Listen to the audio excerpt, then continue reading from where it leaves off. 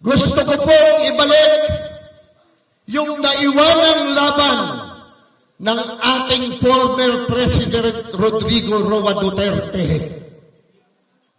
Labanan ng korupsyon, kriminalidad, at ang salot na droga.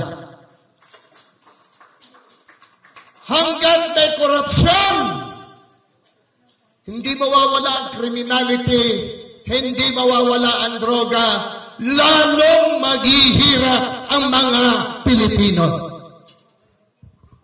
Yan po ba gusto niyong magtuloy-tuloy? Tinatanong ko ang mga barangay chairman, barangay captains, yan po ba ang paghihirap ng mga Pilipino'y gusto niyong magtuloy-tuloy? O gusto niyong mabayo? Ano po ang inyong nasa inyong mga puso? Kami po ang team suka. PDP laban. Pero kami po yung team na maaasahan nyo. Hindi ho yung bubulagin kayo sa ayuda. Ponyetang ayuda yan. Ginagawang tamad ang mga Pilipino. Walang tamad na Pilipino. Huwag nilang bilhin ang dignidad ng mga mahihirap. Hirap na nga. Ginagawa pa nilang muwang. Mga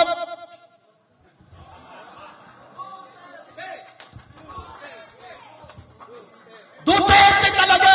Maski ano mangyari. Tandaan ninyo, ang laban nyo ay laban ko at laban ng buong PDP laban. Alam niyo po, kailangan ng mga Pilipino trabaho.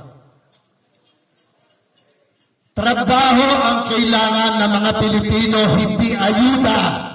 Dahil yung mga pinag-aaral niyong mga anak nyo, pag nakita na puro ayuda ang nakikitang nakukuha nila, yan pala pinagmamatrikula ko. Hindi ko na kailangan mag-aral. Hihintayin ko na lang yung ayuda. Gusto niyo bang mangyari sa mga anak niyo yun? Gusto niyo bang mangyari sa mga anak niyo yun? Ako kahit kailan, hindi ko matatanggap yan. Kailangan po ng trabaho, kailangan magkaroon ng batas na magpapatibay na magkaroon ng hanap buhay ang mga Pilipino. Yan po ang kailangan para lalong magsipag ang mga anak nating mag-aral. Para sa kanilang magandang kinabukasan. Iba pa rin yung nakikita nila ang kanilang mga magulang na nagtatrabaho. Tinitingala nila, nagpapakamatay ang aming mga magulang para lang makatapos kami. Yan po'y importante sa akin.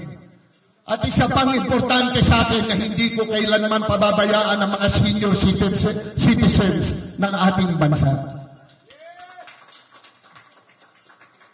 Actually, sila nagsabi sa akin, Philip, tumakbo kang senador, tulungan mo kami. Sabi nila sa akin. At kung manalo ka, huwag mo naman kaming pabayaan kasi nakalimutan na kami.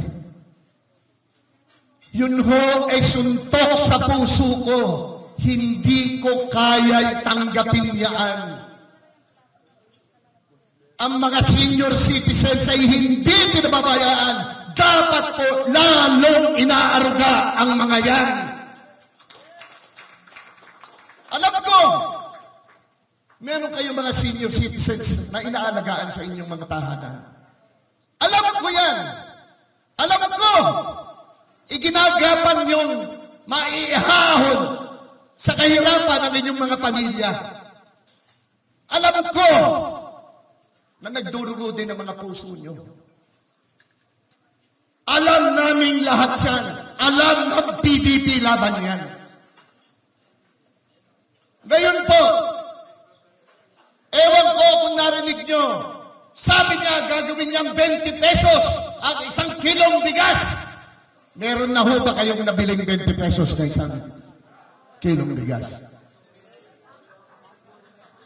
Baka 20 pesos isang cup na kanin.